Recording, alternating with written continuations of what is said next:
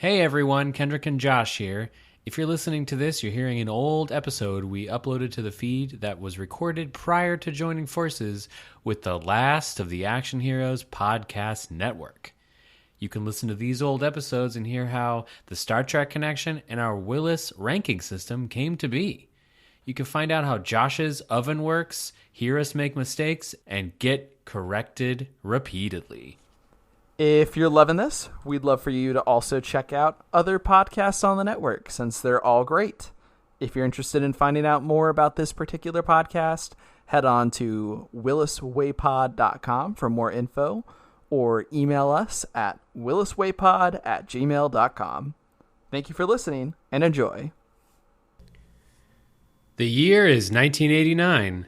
First commercial dial-up internet connection in North America is made. The Berlin Wall falls, and Bruce Willis has his second film open in as many months. Look who's talking. 1, 2, 3, hit it, boy. So get together, have a few laughs. Uh-oh, shit, lady, do I sound like I'm ordering a pizza? Hey, put the freaking gun down on the ground right now. Take your shot across the freaking street and say that he's gonna get you. Hello, and welcome to Where There's a Willis, There's a Way, a film podcast about the multitude of works by Bruce Willis. My name is Josh Carter, and with me as always is... Kendrick Martin. So, today we're going to be talking about the movie Look Who's Talking, and Bruce Willis in particular. We're going to wrap up by doing our regular Wheel of Willis, and then rank this among the other movies that we've talked about. But before we get to that, Josh, this is our 5th episode, last movie set in the 80s. Have there been any... last movie that came out in the 80s. I don't know if he's got other movies. Oh, yeah, that's a good point. Back That's a good point. To the 80s. That's a good point. Last movie released in the 80s. Yes. Yeah. Have there been any, like, standout moments? Do you think the 90s are Bruce Willis's most well-known decade? Are most of his bangers in the 90s? That's a really good question, because obviously Die Hard is probably the thing that he's most well known for, but a lot of the movies that I think people think about are 90s movies, like isn't The Fifth Element in the 90s? Yep. And so is Pulp Fiction. What's the asteroid movie? Armageddon. Oh yeah, Armageddon. Yep. I think that's in the 90s. I don't want to betray my thoughts on that movie, but what the fuck? Yeah. Yeah. Yeah. It's been fun. I'm excited to see kind of how it evolves from here. Obviously, like, up until about 93, it was like the 80s 2.0 as far as pop culture goes. So it'll be kind of interesting to see where it goes from here. Yeah, and this podcast has been a great way to explore some of these movies that I'm never really familiar with. We talked last time about In Country, and talked a lot about how great that movie was. And it's of the movies we've reviewed so far, it's like probably been the most one that I've thought about later. And when I talk to other people about experiences kind of doing this podcast, that's definitely one that stuck out to me. Yeah, definitely. I feel like Blind Date especially is just pretty disposable. And then everything else has been worth talking about to some extent. So I'm really happy that I got to watch In Country. I think that was a very worthwhile pit stop in Bruce Willis's career. And I think that if you're a big fan of Bruce Willis, you probably should watch it. I think it's a good watch. I agree. I of all that we've seen so far, that's definitely one I would recommend people see if they haven't seen. Speaking of In Country, we also wanted to issue a correction on that. Last episode, I said that Bruce Willis won a Golden Globe for that, and he did not. He was nominated for a Golden Globe. So, kind of fluffing up our boy a little bit too much, apparently. So, just wanted to correct that. Bruce Willis has a long and storied career involving a lot of awards, so we're not really stripping him of too much credibility, but No. I think if I could go back and award an award, though, I would give a Golden Globe to him in Country. I probably would as well, but I have to go look up and see who actually got it that year, and then I will decide. Good point. Because maybe it was somebody that did a really great job. I don't know. Yeah, we have to be careful with how we meddle with history. Yeah, that's true. Man, if I get a time machine, boy, will I go back and not change that. That'd be pretty low on my list, I feel. Oh, Dustin Hoffman got it for Rain Man, but I mean, who even talks about that movie anymore? Not me. I don't know. Yeah, the Dustin Hoffman podcast, Dustin Around, is probably shaking in their boots right now. Dustin off the old podcast. Yeah, we'll have to workshop that one. Yeah. If you have any suggestions on what a Dustin Hoffman podcast should be called, you can tweet at us at WillisWayPod or email us to never talk about Dustin Hoffman again at williswaypod@gmail.com. Also, before we got started with everything else, I just wanted to say thank you to everybody. We reached 100 listens in total, so thank you, everybody. Yeah, let's move on to talking about Look Who's Talking. It's the most natural thing in the world. No. Yes. No. What? How could this have happened? I take it this wasn't a planned pregnancy. It's a beautiful, magical experience. St. Jerome's Hospital. Ah! John Travolta. Oh, come on, breathe deep, breathe deep. Try to help me, just try. Kirstie Alley. Give me some drugs. Oh, thank you a really lot. Now that is a little more like it. Hey, here's Mr. Hand here. Wow. And Bruce Willis as the voice of Mikey. Help! Help! Put me back in! Put me back in! So you're the one that's been kicking me. The one that ate all that spicy food.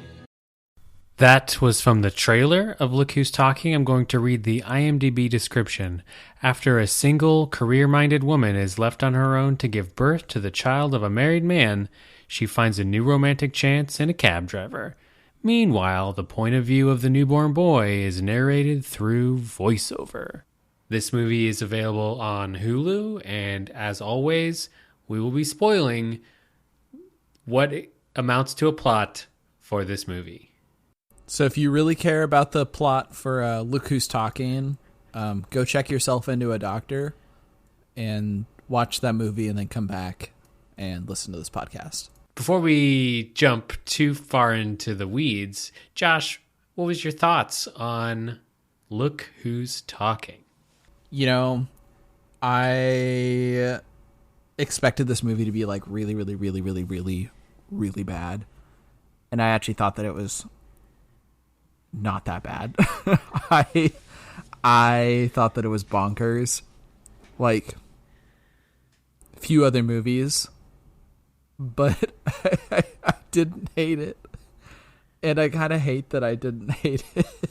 Me too. I had visions of me not being able to finish this movie, but I laughed quite a bit while watching it. Yeah, same. I was like ashamed thinking about it and where it goes on my list. We're going to talk about that later. But I was going, oh no, I like this movie, I think. And had you seen it before, or was this your first time watching it? This was my first time. For some reason, I had in my head that this was the movie with the dancing CGI baby clip from the Super Bowl commercial. Are you familiar with what I'm talking about? No, I'm not.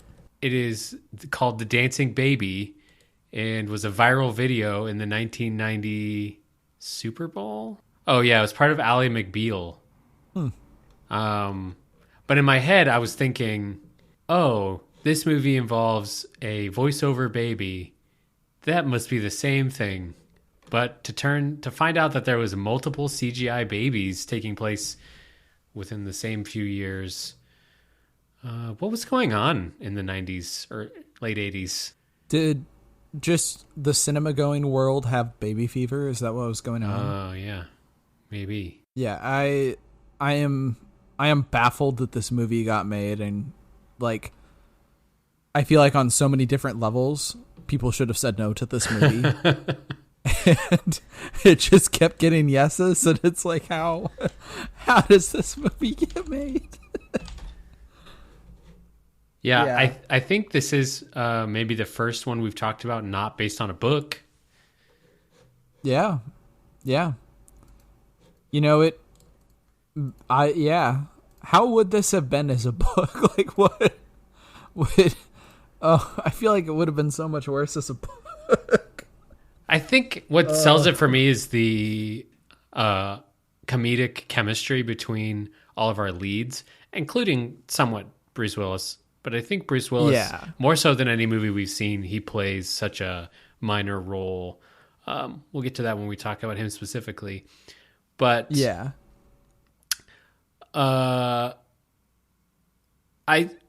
So while watching this movie, I had a notebook and I was going to take, some stream of conscious thoughts. And the opening scene of just ridiculously animated internal organ shots. Yes. My notes consisted of a giant WTF. Yeah, I think I also wrote down notes, and I just wrote for that one sequence, I hate this use of the Beach Boys song, because I don't think I will ever be able to hear I Get Around without thinking about that stupid fucking scene. And stupid fucking scene, actually. Ooh, hey. And hey, that's our pun limit clock off for the day, folks. That was so insane. I feel like that is a good start for this movie, though. Not that it's a good sequence and by any means, but it really helps set the tone for the rest of the movie that, hey, strap yourself in. This is going to be a nightmare. But you're going to have fun and you'll probably laugh along the way. So that was how I felt. I felt like I was trapped in a vaguely scary and ridiculously bonkers dream throughout this movie. I agree, and I thought you're right. It definitely gives you the expectation level. It doesn't start with a bunch of great actors acting and then switch to a CGI fetus with Bruce Willis's voice talking about his thumbs. It starts you out with what it's going to be and never really lets up. Yep. Yeah. And that's probably the best choice that they could have made, because if this started out like a regular movie and then all of a sudden it went to that, I think it would be very tonally jarring. But at least it's consistent all the way through, and that does help. One thing that I was constantly thinking to myself is, why does this baby need to be talking? Because like the actual love story between the two leads, I think is really fun to watch. But the talking baby is like, I feel so unneeded, but maybe I am, maybe that's just me. Did you feel like that baby needed to be talking, or were you in my boat as well? See, I was the complete opposite. I thought that if they had no internal monologue of the baby, this movie would have been so boring. Really? Yeah. Oh my God. That's interesting. But both John Travolta and Kirstie Alley's performances I found compelling, but I think so much of their comedy relied on kind of confiding to the baby their feelings for one another, because there's not really anybody like there's John Travolta's dad and then there's Christy Alley's coworker / friend. But we're never really seen either of those people confiding their thoughts in one another, and they're not given an internal monologue.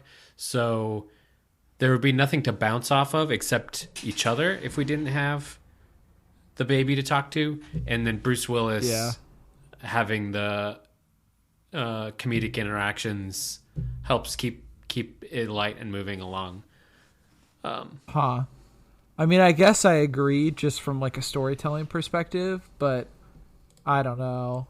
I still did not find that the baby worked for me. I thought that it was, by and large, an obstacle to the rest of the story that was being told. Fair enough. You're allowed an opinion.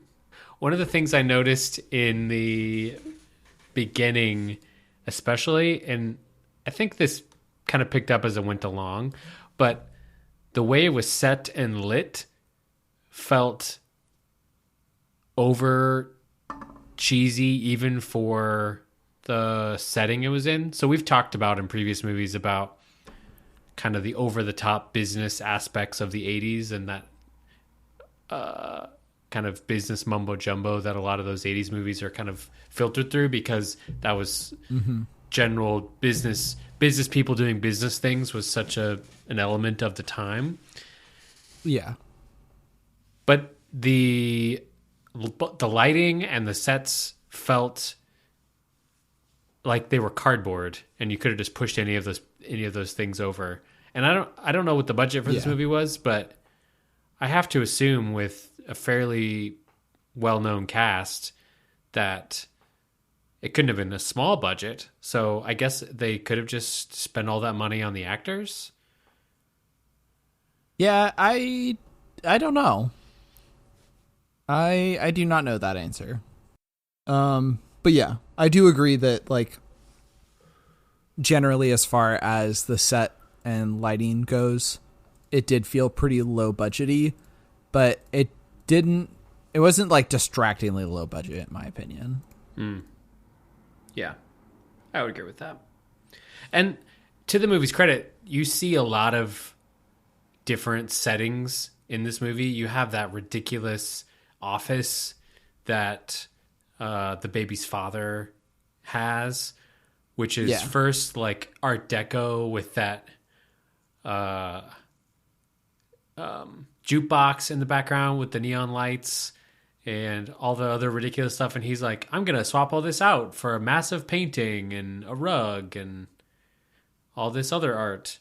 Meanwhile, Christy Alley is like trying to struggle with the baby and the stroller and all that other elements of putting stuff together. Yeah, I think that a lot of the writing on this was great, and the directing and the acting too. Because, like, nobody in this movie is taking it super, super, super seriously. They're all playing pretty broad characters, and that, I think, kind of helps the movie around. Like, I don't think really anybody's giving a subtle performance in this movie, but it all works because the movie's so bonkers and because everybody's on the same page. It very easily could not. And I'm interested to see if the second movie, which we're going to review later, is going to not work, because maybe one of those elements will be lost. Or maybe it'll be something completely different. Maybe I will end up liking it. Who knows? Yeah, possibly. What did you think of the performance by John Travolta? I thought that he was really, really great. I thought he was so much fun in his role. And I actually did some research on this later, and he and Kirstie Alley have been like lifelong friends since this movie came out because they enjoyed working with each other so much. And I really do feel like their chemistry has a very genuine feel to it, and a genuine warmth to it as well. So I thought that he just did great in this movie. I cannot think of a single fault from his performance. I think he is so much fun to watch. he comes off as really convincing and genuine and heartfelt while still playing this very broad, ridiculous, tropey character. And I think that this movie probably wouldn't have worked without him. Not that it would have worked without Kirstie Alley, because she's also doing an amazing job, but I feel like it wouldn't have worked without him as well. What about you? I agree. I thought he did a really good job. I believe this is quite a few years after Grease, and I was surprised at how young he still looks here. Yeah. He works really well as kind of like he portrays just the nicest guy. He takes care of his dad. He is a great caretaker for Mikey, the baby. He teaches flying. He drives a cab. Yeah. I think it could have been really easy to write him out as like kind of a dude bro who's nice-ish. We see Kirstie Alley's character go on a series of dates while she's trying to find kind of a partner as she realizes she needs a father for the baby. And one of my favorite parts of the movie is every time she goes on a date, you see her kind of envision what life would be like with that date in the future. And it is just a ridiculous kind of fantastical dream sequence-esque vision. And I thought that was all really clever and funny and really enjoyable. Yeah. Did you actually look up the cast list for the movie? Because her dates have names and they're pretty great, actually. I did not. So the first person that she goes out with, he is credited as Mr. Impatience. And the second person she goes out with is credited as Mr. Anal. And then the doctor who gives her the drugs is credited as Drug Doctor. So, wow. You know, you get like your cast list and you go, all right, I know what I'm doing in this movie. So it's I thought that was pretty clever. This movie is in no way taking itself seriously. No, and I think that's much to the movie's credit. That Yeah. that final date she goes on where the guy is just like, oh, she's an independent woman. She's going to pay for everything. And I'm just going to talk about my incontinence or whatever his like disgusting conversation was. Yeah, that was ridiculous, but it was ridiculous in kind of the perfect way. I do feel like maybe I should clarify too, is that maybe a lot of this movie doesn't take itself seriously, but the writing is pretty well done and they do set up some pretty good stuff, but there are some threads that are just randomly dropped and added to and stuff like that. So I think maybe the moment to moment writing was pretty great, but the overall plot maybe needed a little bit of cleaning up.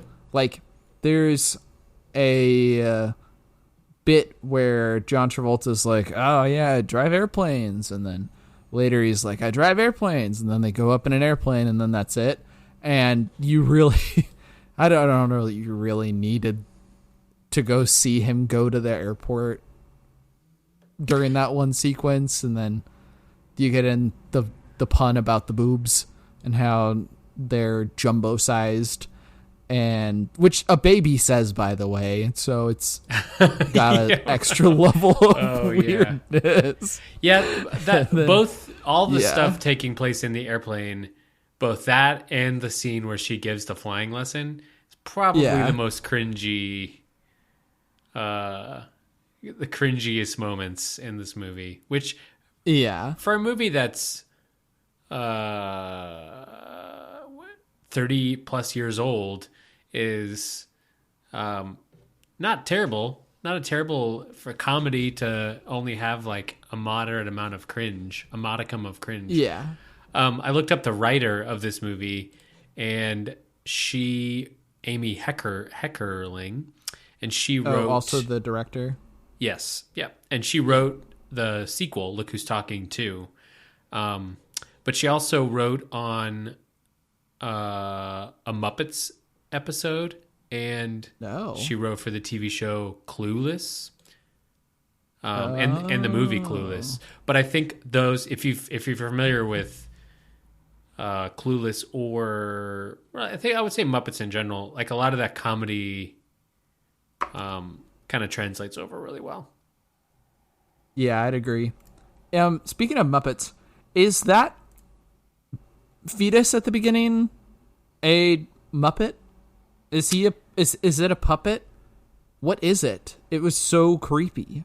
That's a good question. I assumed it was like computer animated, but it could have been animatronic. I don't think it was puppet, but I could be way off. Oh my god! I didn't see any. It was so creepy. Yeah, I was kind of worried that because I had not seen this movie and I didn't have any idea of what it was about. I was kind of worried the whole movie would be pregnant her, and we'd just be hearing Bruce Willis, dialogue inside the womb, and we'd have to stare at that animatronic fetus the whole time. I was like, real ready to bail, but oh yeah. Fortunately, but no. Thankfully, this movie does a 9-month time jump, and then it does another like time jump as well after that. Yeah. I have questions about that when we get to Bruce Willis's performance. Yeah, no kidding. My entire house was watching it at that point. We were all just like, "What is going on? How old is this kid? Yeah. What?" Yeah, it was nuts. Yeah. Yeah. One other thing that I thought was pretty silly about this movie is like the seasoned actor playing an ancient man trope, which is where you get somebody who is like in their late 50s, 60s, something like that. And you go, all right, you're going to be playing a guy who's 160. We're going to put old age makeup on you.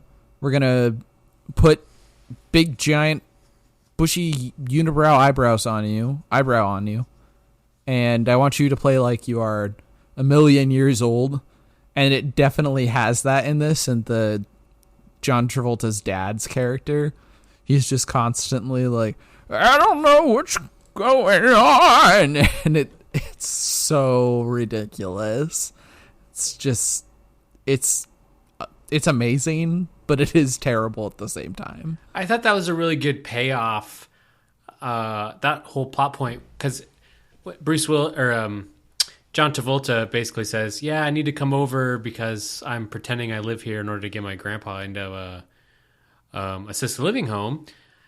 And I was like, oh, it's just, plot reason as to why he needs to be there. But then we go to the assisted living home and see the grandfather repeatedly. And then there's the final scene where Mikey like escapes and runs through Manhattan. Yeah. I thought that was all really like a really interesting payoff. Yeah. I'm not complaining about the writing of the man. I'm just complaining that it's a guy who's playing a character so much older than he is. You're as old as you feel. Yeah, that's true. So that man just feels like he's 160 years old? Yeah. Yeah. Hey. Okay. Yeah, look inside yourself. I did, and it's just that horrible scene from the opening, unfortunately. Ooh, hey. One other thing I wanted to kind of give people forewarning about is if you watch this on Hulu and you turn the subtitles on because your roommates are like, I want subtitles. We just watched a Christopher Nolan movie and we couldn't hear anything. And so you oblige them and you turn on the subtitles. Whoever had the subtitles job for this movie is, just a really getting by on the bare minimum. There's things where somebody will say, hey, for instance, I'm just going to make up a line, but someone would go, I'm actually really tired and I've been wearing these shoes all day and my feet are tired, but the garbage needs to go out. Would you take out the garbage? And then in the Hulu subtitles, it will say, I'm tired, can you take out the garbage? It is so shorthand. It's bonkers. I don't know how this happened. If this is something official, because it has to be, because it was, all of those are encoded into the movie. So I just don't know who signed off on this and went, yeah, that looks good enough to be. It's just, they don't even try. It's crazy. Wow. Well, listener, if you're aware of how Hulu's subtitles get generated, you should write in and let us know if they have to backfill some of these old movies or what. Yeah, I'm actually kind of curious. I almost wanted to Google it and see, but it takes a lot of work. You got to open up a new tab and all that sort of stuff. It's just not worth it oftentimes. Also, we got to see another little alchemy sequence in this movie in a pregnancy test. Yep. Now I'll be looking for those every movie that I watch going forward to see when we officially switch to stick method, because that is something that I'm very curious about. I am really interested in movie depictions of pregnancy tests, and when that cut over from you need a full level alchemy / chemistry degree to when you could just do it in the bathroom stall at the Burger King. Because I feel like that's a pretty monumental change that I didn't learn about in history class. Yeah, that goes to show history class has got a thing or two to learn. Actually, maybe I shouldn't be criticizing just history class in general and say that was a failing of my education personally, but I don't know. This movie also has what I believe is a Hollywood requirement for any movie dealing with a newborn, and that is someone accidentally pours breast milk into their coffee and then spits it out upon realizing it. Yeah, and this actually stoked a little bit of a controversy amongst my roommates and I, because as soon as he spat it out, I went, ew, gross, and then everyone else went, actually, milk comes from mammals and humans are mammals, so it's not actually gross. So that prompted me to bring this up. Kendo, is it gross to drink human breast milk? I think, I would probably be unsettled. Yeah, that was kind of where I was coming at it too. And then people go, well, you drink cow milk, and I used to milk goats, and I drink goat milk.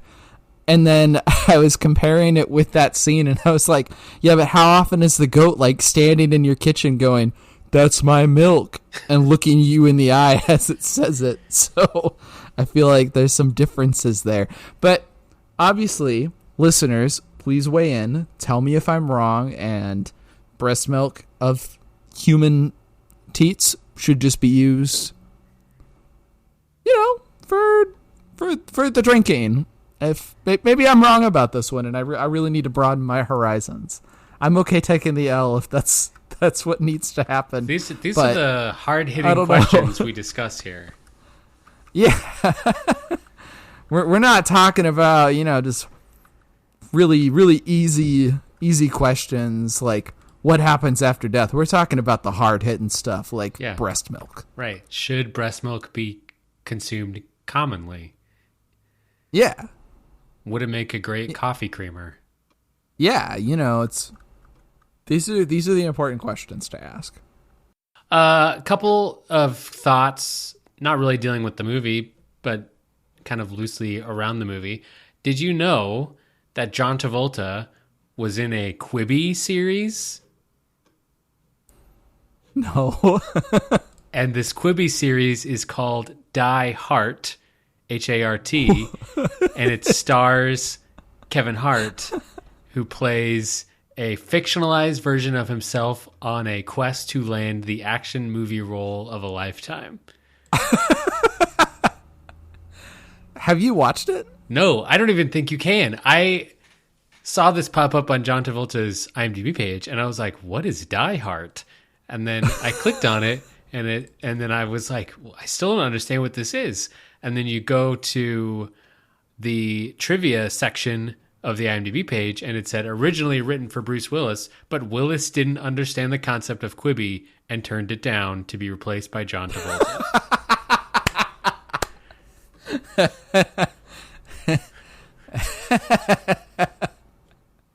Oh man, what I would do to be a fly on that wall in the conversation between some Quibi producer and Bruce Willis. Yeah, man. Bruce Willis is like, but what is it?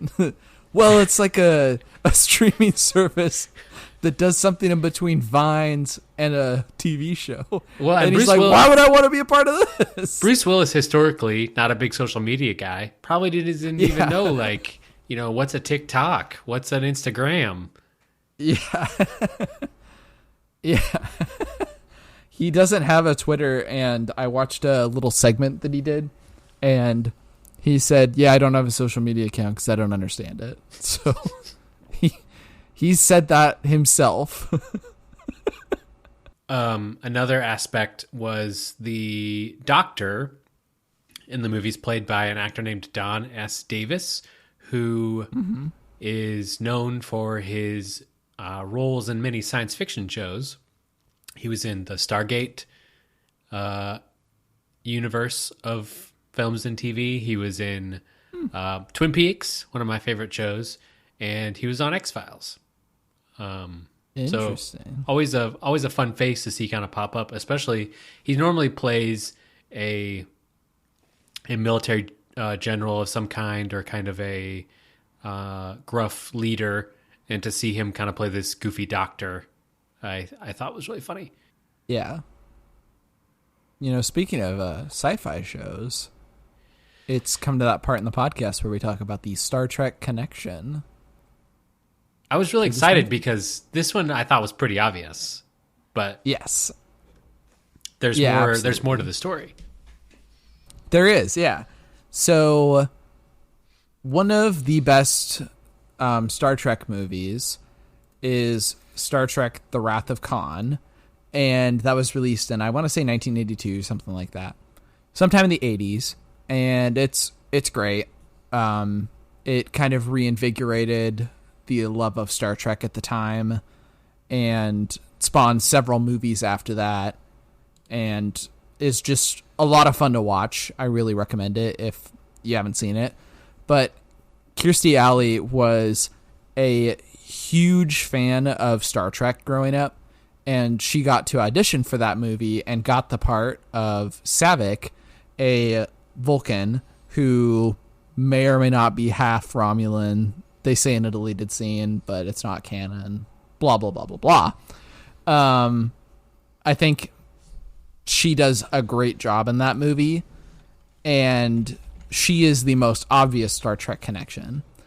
Now, she was only that character for one movie, even though that a character appears twice more.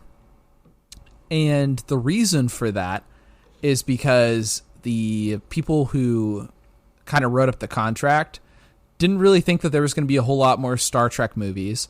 Leonard Nimoy at the time was going, I don't actually want to be in these, so I want to stop doing these. And then he had so much fun on the movie that he decided to come back and do some more.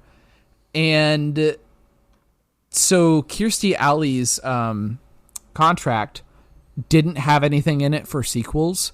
So when they asked her to come back for the sequels, she played hardball with them and said, you got to pay me more if I'm going to come back for these. And she asked for supposedly 10 times her original salary, is kind of what the unofficial kind of record is on that. And Leonard Nimoy himself has actually said that it was in the DeForest Kelley range, who would have been probably the third highest paid or the fourth highest paid, depending on how much the villain got paid for that movie. And so the studio turned her down and recasted her. So Robin Curtis ended up playing her afterwards and did fine. But I think that it was really a shame that they didn't say, yeah, we'll make that work. The last movie made a lot of money and instead cheated her out of playing it again. Obviously, she could have done it for less money, but it's so ridiculous that you would cast somebody who is so talented and then refuse to pay them kind of what they've earned, I feel. But yeah, that's the Star Trek connection. And I've looked it up, and we are not going to use Kirstie Alley for the second movie. So you'll have to come back and see how Look Who's Talking 2 connects to Star Trek, but it is through a different method. I'm excited. First, we have to get through Die Hard 2 without picking the oboe player. Yeah, that's true. I haven't looked at that yet, so we'll see if we're back to our old staple, John Boyd. So good. As far as other casting things go with this movie, Molly's dad, the main character's name is Molly, is actually played by a politician named Ed Koch, and he is the previous mayor of New York City, and he is not one of the Koch brothers, which surprised me because that's what I know the last name from. And he's actually probably the least bad Koch that has ever been involved in politics in America that I could find. Wow. He's not related to the Koch brothers at all? Nope, not at all. All right. And I tried Googling that. I was like, Ed Koch, Koch brothers. And then Google was like, shut the fuck up, no results. So Google closed its doors to me, and that is forbidden knowledge. If they took a 23andMe test and somehow found out that they are long-lost cousins, they have not made that info public. Wow. Well, okay. That's good to hear. Yeah.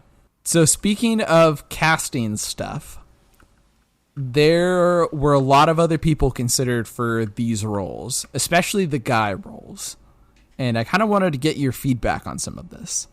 Hit me. Yeah, so for the voice of Mikey, the little kid, the different actors who were considered were Chevy Chase, Bill Murray, Dan Aykroyd, Steve Martin, and John Candy. Do you feel like this would have made a difference at all if any of them had played it? And do you feel like any of them would have been particularly better or worse?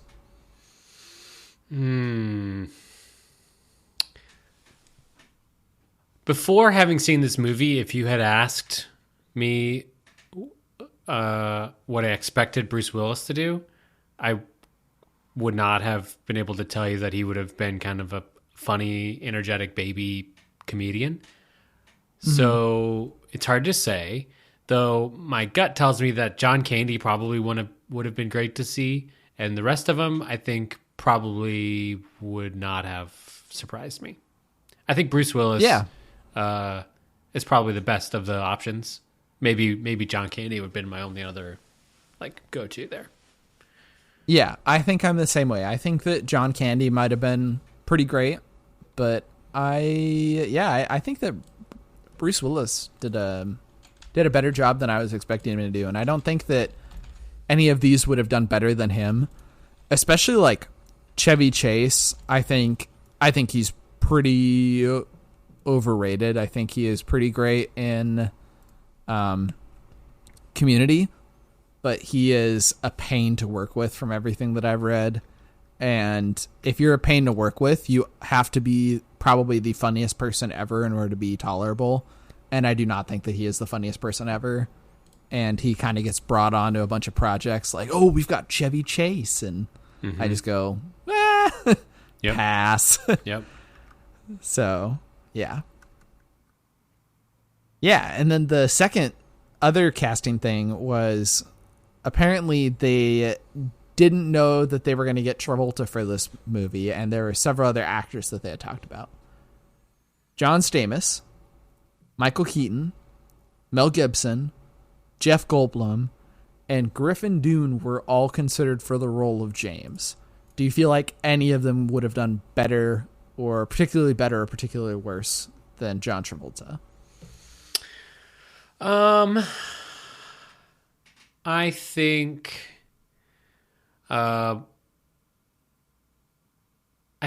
Stamos, Michael Keaton, or Mel Gibson could have all done as equally great of a job. I think playing a kind of steady, simple, nice guy that John Travolta pulls off here really sold me. I think Jeff Goldblum would have just been too weird. Like I've never known Jeff Goldblum to be like a toned down, simple man. Yeah. Leading man, Jeff Goldblum. Yeah. Yeah. I think Mel Gibson would have been a mistake too, but I don't think Mel Gibson's is that great. He kind of is a Chevy Chase, but specifically to Jews. So. Oh, don't get me wrong. He's very problematic. Very problematic. Yeah. And actually, speaking of Travolta, this movie is kind of credited with restarting Travolta's career. Because obviously he had Grease, and that was extremely popular. And then he just went into slog after slog after slog. And then this movie made some money and kind of helped restart him down the path that he went on for a little bit before he went into his second slog. Which obviously he got rescued by Quibi, so yeah, it's good to go. He peaked with Quibi's Die Hard. So, oh god, part of me really wants to see if I can find a way to watch that. Yeah, I'm really curious if there's any way to watch any Quibi specials now, because there's got to be some gems out there. But who knows? If you, dear listener, know, email us williswaypod@gmail.com. We basically really want emails. That's why we keep saying email us. We're sitting there like a kid who has nothing better to do other than check the mail. Hey, that is pretty much what I do, both in real life and email. Yeah. Speaking of Bruce Willis's kind of upward trajectory, John Travolta's upward trajectory, they will meet again in Pulp Fiction, and I'm excited to reconvene there. That's in 1994, so that's a few years away. Yeah. And they both play the same characters in that movie, so come back to see. No. Yeah, exactly. Oh, man. Yeah. Yeah. The other thing that I wanted to talk about with this movie is money stuff. So you haven't looked up any of the money stuff for this movie, right? I have not, no. Okay. So, just to recap, Blind Date had a budget of $18 million. Sunset had a budget of $19 million. Die Hard was $35 million. And In Country was $18 million. So, that's kind of whereabouts a lot of those movies were landing. 18, 19 million. Obviously, Die Hard's the outlier. And then this movie budget was $7.5 million. So it's so much lower than those other ones. And you can definitely see it in the set design and the lighting and everything like that. But it blew me away how much lower it was than those other movies. Yeah, I mean, like I mentioned at the beginning, I could feel the lack of budget. Yeah. I saw it had a fairly low Rotten Tomatoes score, and most of the reviews had said kind of what we said. Funny-ish, nothing too surprising.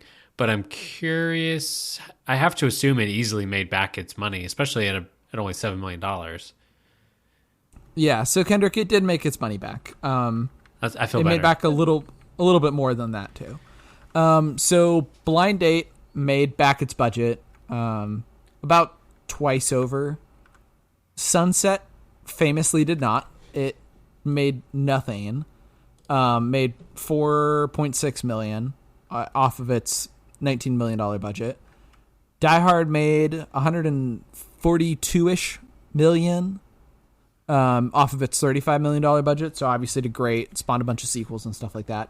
In Country made $3.5 million and was just a huge bomb. Lost literally $14.5 million if my math is right. This movie made enough money to make up for all of Bruce Willis's box office failures at that point, because it made $297 million. Wow. Which is more than twice what Die Hard made. Wow. Yeah. On like a fourth of the budget. This movie, I wouldn't quite call it a 4-quadrant film. That's like a term that refers to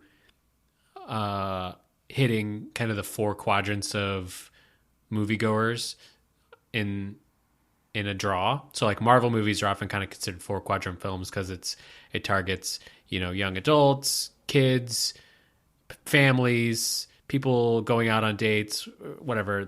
It pretty much targets everyone. And I feel like this movie is close to that. I don't think it's quite family friendly enough, but it's definitely a little more approachable than anything else we've seen as far as kind of like an older kid movie. But that is a lot of money. It is so much money. They were swimming in money, and it prompted 2 sequels and a rumored reboot, which is going to come out at some point here soon.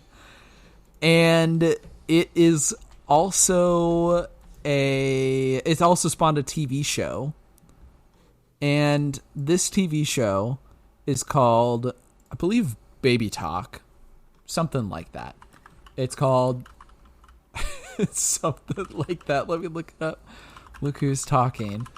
And this TV show is a spin-off show done in the style of a sitcom, and it is so bad, and I would not even be talking about it right now at all, except for it was available to watch on YouTube, so I watched about half of the first episode. And we've talked about him before, but George Clooney is on it, and he plays like a character, and it's so horrendous.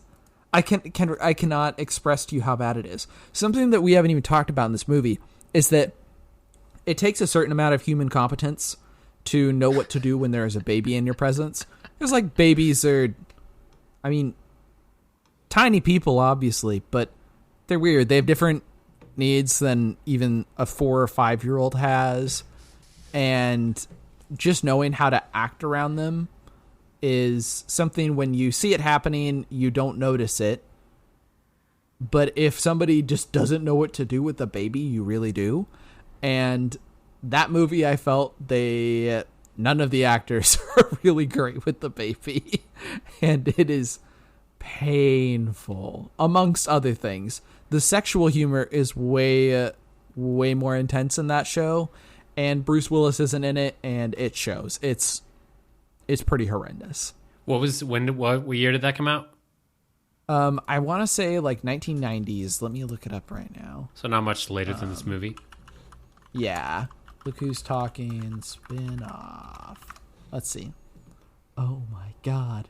Where did he even find out about this thing? I must have found out about it on IMDb. I swear I'm not having a fever dream with this right now. I know that it's a real thing. I definitely watched half of an episode. Oh, man. Wouldn't that be the craziest thing if this is just something that I made up? Yeah, you dreamed, and someone's listening right now like, I'm going to go make this. Oh, man. They could take all the credit from it. I don't even care. Okay, yes. Yeah, so it's Baby Talk is what it is, and it went on from 1991 to 1992. And yeah, so George Clooney was in it. It says on the IMDb page, George Clooney also had a small role in the series, and as mentioned, it was the quickest exit he ever took to filming anything. Wow. Yep. Yeah, so good stuff. That kind of leads me to, there's not a lot specifically to talk about Bruce Willis's performance in general. he obviously recorded all this in a voiceover booth, and I think it feels very obvious that he's just kind of reading pre-written jokes for him that are he's missing a lot of that comedic chemistry and kind of one-on-one interaction that we've seen so far in his movies. But what really takes me out of it is this baby looks too old to not be talking and using its real voice. Yeah, especially later on in the movie when it's walking around New York and stuff like that. Yeah, seems very much like a toddler. Like a 3 or 4-year-old. Yeah. How is it not able to use its regular human talking voice and not like adult Bruce Willis voice? Yeah. I am curious as to how they're able to do a sequel where the kid has to be a similar age. It's still not being able to talk. I don't know. I do not know at all. I'm also really not looking forward to the sequel just because there's a plethora of reasons why I'm not looking forward to the sequel. But yeah, I don't know how they're going to make that work. I don't know why they didn't keep him as a baby now that I think about it.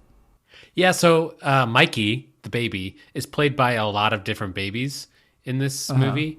It's played by a very young baby right after birth, and then a small baby for a little while, and then the latter half of the movie, an older kid who they claim is still like only a year or a year and a half, but looks much older. And presumably that's because they needed him to be able to walk around and kind of get into hijinks and get lost, which the whole final bit hinges on. But I think they could have easily just kept the middle child, who is very obviously too small to talk, and for the most part of this movie would have been fine. Yeah, I agree. And it's maybe it was a directing thing where they go, you can't direct a 8-month-old to do anything on a reasonable basis, and that might have been part of it. But IDK. Yeah, that's possible. IDK. There was not a lot of behind the scenes writing done on this movie, probably for good reason. Yeah, I would guess that there's probably a lot of coke involved in the writing of this movie. And not the Ed variety. So, yeah. Ed Coca-Cola. Ed Coca-Cola, that's right. What did you actually think of Bruce Willis, though? I thought he was fine. I think he sold me on all the jokes he was telling. But like I said, I never once got the feeling that he wasn't just standing somewhere by a microphone reading a script. There's a few scenes we see where he talks to other babies and they kind of talk back to him. And that's really the only time that there's kind of a lot of one-on-one interaction. There's a few times where one of the adults will say something and he'll respond to it. But for the most part, there's almost no back and forth.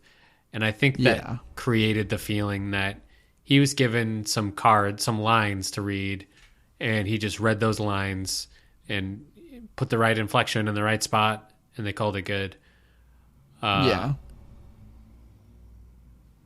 I think it was fine, but I thought that it was better than I was expecting. I was expecting more of a smarmy performance from him, and it wasn't too smarmy to where my smarmy meter was overwhelmed. Smarmy Watch 2021 stayed in the green. That's a good point.